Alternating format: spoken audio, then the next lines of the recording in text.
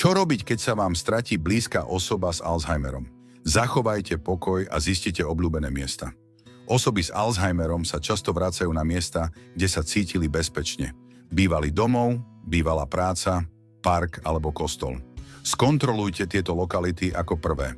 Informujte políciu na čísle 158. Poskytnite im čo najviac detailov a kontaktujte aj pohotovostný pátrací tím, aby sme mohli okamžite vyraziť do terénu.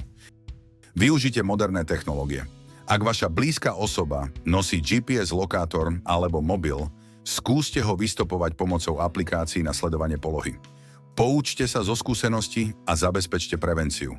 Po nájdení osoby zvážte použitie identifikačných náramkov alebo GPS lokátorov, aby sa podobná situácia neopakovala.